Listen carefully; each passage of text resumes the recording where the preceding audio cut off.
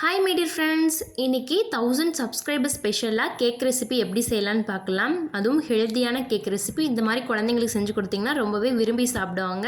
இதில் மைதா யூஸ் பண்ணல, அதேமாதிரி அவனும் யூஸ் பண்ணாமல் தான் செஞ்சுருக்கேன். ஸோ உங்கள் வீட்டில் அவன் இல்லைனாலும் ரொம்ப ஈஸியாக வந்து செஞ்சிடலாம். Vanilla essence, baking powder, baking soda இந்த மாதிரி எதுவுமே தேவையில்லை. ரொம்ப சூப்பராக சாஃப்டாக செய்யலாம். வாங்க எப்படி செய்யலான்னு பார்க்கலாம். அதுக்கு பார்த்திங்கன்னா ஒரு பாத்திரத்தில் ஃபஸ்ட்டு நம்ம கொஞ்சமாக ஆயில் ஆட் பண்ணிவிட்டு அதில் நான் இன்றைக்கி கோதுமை மாவு பயன்படுத்தி செஞ்சுருக்கனால கோதுமாவை இதில் ஆட் பண்ணிக்கிறேன். கொஞ்சமாக ஆட் பண்ணி ஃபுல்லாக வந்து ஸ்ப்ரெட் பண்ணிக்கலாம். ஃபஸ்ட்டு ஆயில் ஃபுல்லாக தொடவி விட்டுட்டு அதுக்கப்புறம் இந்த பவுடர் வந்து கொட்டிட்டு ஃபுல்லாக வந்து ஸ்ப்ரெட் பண்ணி விட்டு எடுத்துக்கோங்க. இந்த மாதிரி எடுத்துக்கோங்க. எதுக்காகன்னு பார்த்தீங்கன்னா அப்போ தான் நமக்கு கேக் வந்து பாத்திரத்தோடு ஒட்டாமல் கிடைக்கும். ஸோ அதுக்காக ஃபஸ்ட்டே ரெடி பண்ணி வச்சிடலாம். அதுக்கப்புறம் பார்த்திங்கன்னா இதுக்கு 1 கப் அளவு கோதுமை மாவு எடுத்து வச்சுருக்கேன். அதை வந்து இந்த மாதிரி சளிச்சிட்டு எடுத்துக்கலாம். நான் சளிக்கிற கரண்டி உங்கள்கிட்ட பெருசாக இருந்தால் அதில் சளிச்சுக்கோங்க. நான் இல்லாதனால வடிகட்டிலே நான் வந்து சளிச்சு எடுத்துக்கிறேன். அப்போ தான் பார்த்திங்கன்னா நமக்கு பபிள்ஸ் எந்த இதுவுமே இல்லாமல் நல்லா சாஃப்டாக கிடைக்கும் மாவு. சளிச்ச பிறகு இதிலே பார்த்திங்கன்னா 1/4 கப் அளவு ரவை ஆட் பண்ணிக்கோங்க. வறுத்த ரவை, வறுக்காத ரவை எந்த ரவை இருக்கோ அதை அப்படியே வந்து ஆட் பண்ணிக்கோங்க. எந்த கப்பில் மெஷர்மெண்ட் பண்ணுறீங்களோ அதே கப்பில் எல்லா மெஷர்மெண்ட்டையும் பண்ணிக்கோங்க. இதிலே 2 பேக்கெட் ஈனோ பவுடர் ஆட் பண்ணிக்கலாம். அப்போ நல்லா கொஞ்சம் நமக்கு சாஃப்டாக கிடைக்கும். இதில் பேக்கிங் பவுடர், பேக்கிங் சோடா எதுவுமே ஆட் பண்ணல. ஸோ இதையும் ஆட் பண்ணி நல்லா மிக்ஸ் பண்ணிக்கலாம். தனியாக வச்சுட்டு இன்னொரு பாத்திரத்தில் பார்த்திங்கன்னா மிக்ஸி ஜார் எடுத்து வச்சுருக்கேன். அதில் 3 முட்டை உடச்சி ஊற்றிக்கலாம். இது கொஞ்சம் வந்து வீடியோ பார்த்திங்கன்னா ஒரு கையில் பிடிச்சிட்டு தான் எடுத்துகிட்ருக்கேன். முட்டை வந்து ஊற்றுறது கொஞ்சம் இதாக தான் இருக்கும். கொஞ்சம் அட்ஜஸ்ட் பண்ணிக்கோங்க. 3 முட்டை உடச்சி ஊற்றின பிறகு பார்த்திங்கன்னா 1 கப் அளவு நாட்டு சக்கரை எடுத்து வச்சுருக்கேன். அந்த நாட்டு சக்கரை ஆட் பண்ணிக்கலாம். உங்களுக்கு வெள்ளை சக்கரை யூஸ் பண்ணுறீங்க அப்படின்னா யூஸ் பண்ணிக்கோங்க. அதில் வந்து ஆப்ஷனல் தான், நம்ம விருப்பம் தான். நான் வந்து நாட்டு சக்கரை யூஸ் பண்ணி தான் பண்ணியிருக்கேன். அதே கப்லேயே 1/4 கப் அளவு வாசம் இல்லாத ஆயில் ஆட் பண்ணிக்கலாம். ஆட் பண்ண பிறகு முட்டையுடைய வாசம் வராமல் இருக்கிறதுக்காக ஏலக்காய் தூள் கொஞ்சமாக ஆட் பண்ணிக்கலாம். இதெல்லாம் ஆட் பண்ணி நல்லா மிக்ஸி ஜாரில் ஒரு 2 மினிட்ஸ் மட்டும் அரைச்சி எடுத்துக்கோங்க. ரொம்ப நேரம் அரைக்க தேவையில்லை. இந்த அளவுக்கு அரைச்ச பிறகு இதை இன்னொரு பாத்திரத்தில் ஆட் பண்ணிக்கலாம். அரைச்ச பிறகு பார்த்திங்கன்னா இந்த அளவுக்கு தான் உங்களுக்கு இருக்கும். இது ஒரு பாத்திரத்தில் ஆட் பண்ண பிறகு பார்த்திங்கன்னா நம்ம வந்து வித்தவுட் அவன் தான் செய்ய போகிறோம். ஸோ அதனால் பார்த்திங்கன்னா இட்லி பாத்திரம் அடுப்பில் எடுத்து வச்சுருக்கேன். அதில் பார்த்திங்கன்னா உங்கள்கிட்ட ஸ்டாண்ட் இருந்தால் உள்ளே ஸ்டாண்டு வச்சுக்கோங்க. நான் ஸ்டாண்ட் இல்லாதனால நான் வந்து ஒரு மூடி தான், ஒரு பிளேட்டு தான் வந்து நான் வச்சுருக்கேன். அது மேலே அந்த மாதிரி பிளேட்டை வந்து கவுத்தி போட்டுக்கோங்க. போட்டுட்டு இதை வந்து மூடி வச்சு ஒரு 10 நிமிஷம் ப்ரீஹீட் பண்ணி எடுக்க போகிறோம்.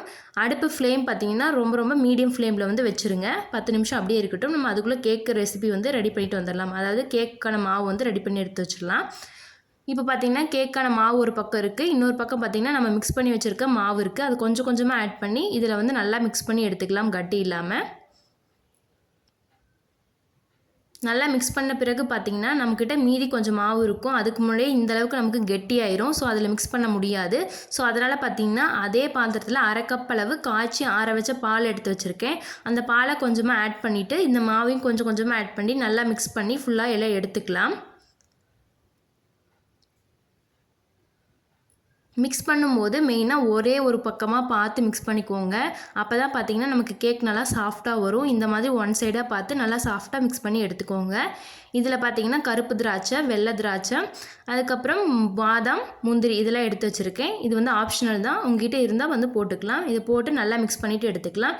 இப்போ நம்ம கேக்கு வந்து பாத்திரம் எதில் இருந்து ஊற்றுறீங்களோ அதில் வந்து ஆட் பண்ணிக்கலாம்.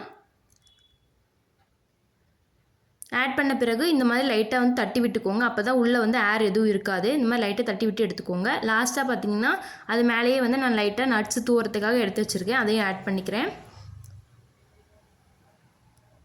இப்போ பார்த்திங்கன்னா 10 நிமிஷத்துக்கு அப்புறம் நமக்கு நல்லாவே வந்து ரொம்ப ஹீட் ஆயிடுச்சு பாத்திரம். அதனால் இதை எடுத்து வச்சுக்கலாம். எடுத்து வச்சுட்டு மூடி போட்டு மூடிட்டு அடுப்பு ஃபுல்லாக லோவிலே தான் இருக்கணும். ஒரு 45 நிமிஷம் அப்படியே விட்டுறலாம். விட்டுட்டு அதுக்கப்புறம் வந்து நம்ம செக் பண்ணி பார்க்கலாம். இப்போ பார்த்திங்கன்னா செக் பண்ணி பார்த்தா நமக்கு கேக் நல்லாவே வெந்துருச்சு, ஒட்டாமல் வருது. சென்டரில் மட்டும் பார்த்திங்கன்னா எனக்கு லைட்டாக வந்து வேகாத மாதிரி தான் இருக்குது. இருந்தாலும் நான் வந்து அடுப்பு ஆஃப் பண்ணிடுறேன். ஏன்னு வந்து உங்ககிட்ட பின்னாடி சொல்கிறேன். நீங்கள் அந்த மிஸ்டேக் பண்ணாமல் இருங்க. உங்களுக்கு கேக் வந்து பர்ஃபெக்டாக வந்து கிடைக்கும். இப்போ வந்து நம்ம கேக் வந்து ஃபுல்லாக நல்லா ஆற வச்சிடலாம். ஆற வச்ச பிறகு பார்த்திங்கன்னா சுற்றியும் லைட்டாக இந்த மாதிரி எடுத்து விட்டுட்டு அதை ஒரு பிளேட் போட்டு கவுத்தி எடுத்துக்கலாம்.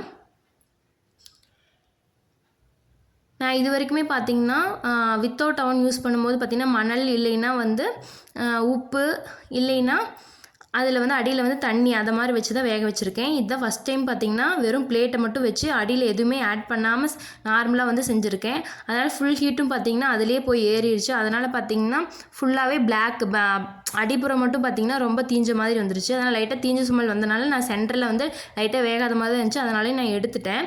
நீங்கள் என்ன பண்ணுறீங்கன்னா அடியில் வந்து வெறும் எதுவுமே போடாமல் வைக்கிறதுக்கு பதிலாக அடியில் மணல் கண்டிப்பாக ஏதாவது போட்டுக்கோங்க. கண்டிப்பாக இந்த மாதிரி தீயவே தீயாது. நான் ஆல்ரெடி செஞ்சுருக்கேன். ஸோ அதனால் இந்த மாதிரி பண்ணிக்கோங்க. கட் பண்ணும் போதே பார்த்திங்கன்னா ரொம்ப சாட்டிஸ்ஃபேக்ஷனாக இருக்குது. அந்தளவுக்கு சாஃப்டாக இருக்குது. பார்த்திங்கனாவே உங்களுக்கே நல்லாவே தெரியும். அவன் மட்டும் வித்தவுட் அவன் யூஸ் பண்ணுறீங்க அப்படின்னா நீங்கள் வந்து தண்ணி அடியில் இல்லைன்னா மணல் வந்து மெயினாக மணல் இல்லைன்னா உப்பு வந்து ஆட் பண்ணி செஞ்சுக்கோங்க. தீயாமல் இருக்கும். அடியில் நான் வந்து தீஞ்ச மாதிரி ஸ்மெல் வந்தனால தான் எடுத்துட்டேன். நீங்கள் வந்து சென்டரில் உங்களுக்கு வேகலைன்னா நீங்கள் சென்டரில் வேகிற வரைக்கும் நீங்கள் வச்சு எடுத்துக்கோங்க. டேஸ்ட்டு பார்த்திங்கன்னா ரொம்பவே நல்லா இருந்துச்சு. நீங்கள் கடைகளெல்லாம் வந்து வாங்கி கொடுக்கறதுக்கு பார்த்தீங்கன்னா வீட்டிலே இந்த மாதிரி ஹெல்த்தியாக வந்து குழந்தைங்களுக்கு செஞ்சு கொடுங்க. ஓகே ஃப்ரெண்ட்ஸ், உங்களுக்கு இந்த வீடியோ பிடிச்சிருக்குன்னு நினைக்கிறேன். பிடிச்சிருந்தால் லைக் பண்ணுங்கள், ஷேர் பண்ணுங்கள். மறக்காமல் நம்ம சேனலை சப்ஸ்கிரைப் பண்ணிக்கோங்க. தேங்க்யூ.